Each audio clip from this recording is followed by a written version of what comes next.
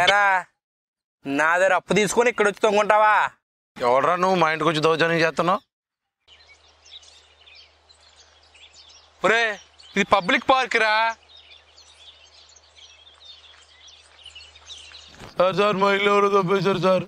ఒరే నువ్వు ఆస్కార్ కోసం ట్రై చేస్తున్నావో నా అప్పు ఎగ్గొట్టడానికి ట్రై చేస్తున్నావో నాకు తెలియట్లేదురా. సారీ సార్, నాకు కొంచెం గుర్తుండదు. ఇంతకీ మీ పేరేంటి సార్? రేపు ఇత్తనా కొడక. రేపు ఇచ్చినా కొడుక అండి, బాగుంది సార్.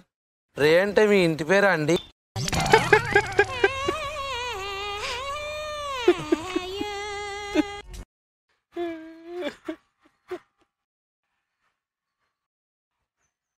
బాధపడుతుంది సార్, కష్టాలన్నీ మనుషులకే వస్తాయి. ఏరా నీకు అసలు ఏం గుర్తుండవా? లేదండి, 3 విషయాలు మాత్రం ఎప్పుడూ గుర్తుంటాయి. ఏంట్రా అవి? ఒకటి, మా అక్క బావ విడిపోయారు, వాళ్ళు ఎలాగైనా కలపాలి. మోడీ గారు 1000 నోట్లు 500 నోట్లు రద్దు చేశారు కదా, అవి ఎలాగైనా మార్చాలి. మరి మూడోది? మా అక్క బావాలు విడిపోయారు, వాళ్ళు ఎలాగైనా కలపాలి. అది ఆల్రెడీ చెప్పేశావు కదరా. ఇది చెప్పానా? మర్చిపోయాను సార్. 3 చెప్తానన్నావు, 2 చెప్పు. అప్పుడే ఒకటి మర్చిపోయాట్రా. చాలా రకాల జబ్బులు చూశాను రా. ఇదేం జబ్బురా, వింత జబ్బు. నీకు దండవరా బాబు, ఇది 2 డబ్బులు అడిగారు. నాకు డబ్బులు వద్దు, డబ్బులు వద్దు, డబ్బులు వద్దు, డబ్బులు వద్దు.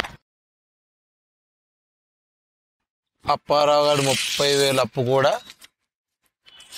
క్లియర్.